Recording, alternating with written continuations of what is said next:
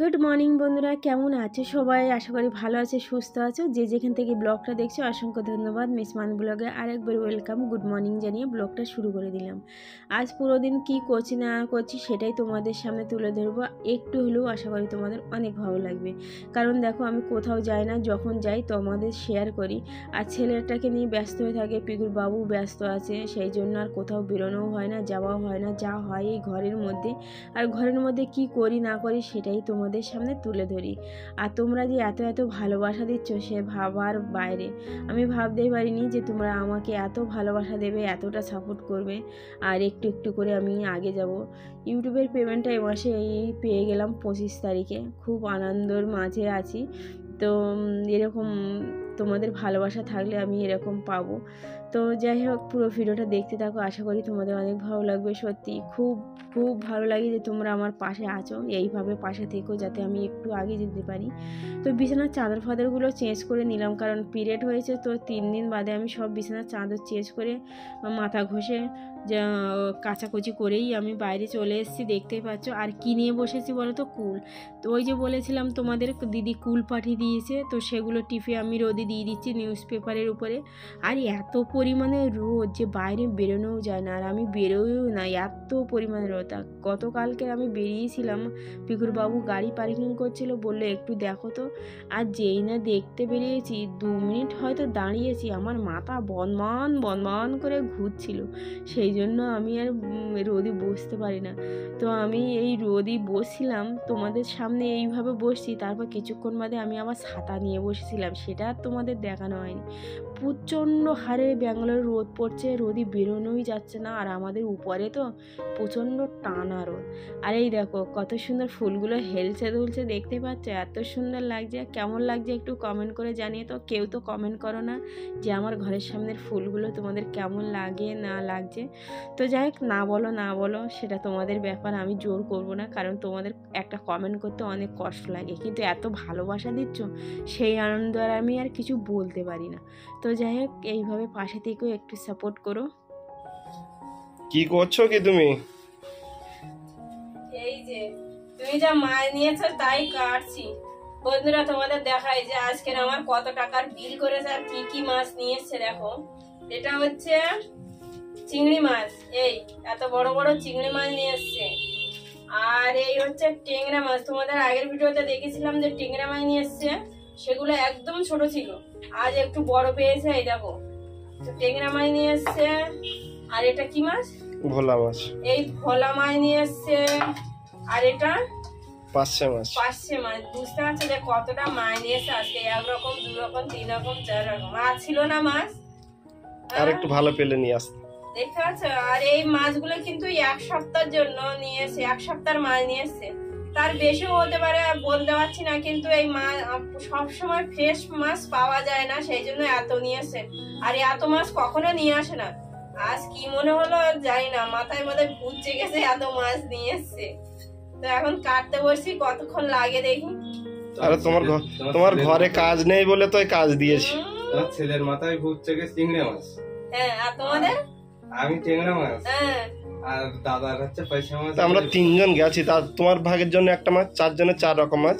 4 জনের 4 রকমের মাছ। দেখতে পাচ্ছ? আমি তো বলিনি যে আমি কোন মাছ খাবো। হ্যাঁ, আমার যা নিয়ে আসে তাই খাই। আমরা সবাই আমি নিয়েছিলাম প্রথমে ভোলা মাছটা, তারপরে ভাবলাম তোমার ভাগে একটা মাছ পড়ছে পার্শে মাছ, তা সেটাও নিয়েছি। আমি তো বলেছিলাম আমার মন চাইছিল ওই কি বেলে মাছ। বেলে মাছটা পাইনি, কি করব? বেলে মাছটা কিন্তু দারুণ খেতে ছিল আগের মাছ, তো সেই জন্য যখনই যাই একটু মনে করি দিই যে বেলে মাছ। তো দেখতে এখন কাটতে কাটতে যে কটা বাজবে যাই না।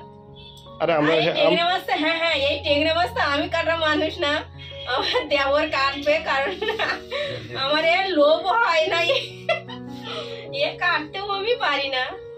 আরে আমরাও আসছি হেল্প করতে। বড় হলে তাও কাটা যায়, বড় বড়। দেখো এই মাছটা ঠিক উল করে করে মাছ, বুঝতে পারছো? আগের বার তো আরো ছোট নিয়ে এসেছিল, এটা তাও একটু বড় আছে, এটা তাও একটু চোখই লাগছে। এই দেখো টেংরা মাছটা, এই টেংরা মাছটা অনেকটা বড় আছে। বড় আছে, একবার অতটা খারাপ বলো না। আরে মাছগুলো এই দেখো, এটা হলো ভোলা মাছ, এটা পার্শে মাছ, আরে চিংড়ি মাছ। এটা হলো চিংড়ি মাছ, আর এটা আমাদের বাগানের শাক, হ্যাঁ। আর এটা হলো আমাদের বাড়ির রান্না। আগের ভিডিওতে দেখেছিলাম যে দিদি বড় আলু পাঠিয়েছে, তো এই দেখো নিয়ে বসে পড়েছে। এখন এটা দিয়ে রান্না হবে কিনা বুঝতে পারছি না, রান্নার পরে তোমাদের জানাচ্ছি। রান্না করে চলে আসলাম। কি রান্না করেছি সেটা তোমাদের দেখিয়ে দিই। ভোলা মাছটা সর্ষে বাটা দিয়ে রান্না করেছে পিকুর বাবু, আমি করিনি। আর আমি চিংড়ি মাছ দিয়ে শাক রান্না করেছি। এই হচ্ছে আমাদের দুপুরের মেনু। তো বেশ ভালোই লেগেছিল খেতে, অনেকদিন পরে খেলাম এই ভোলা মাছ।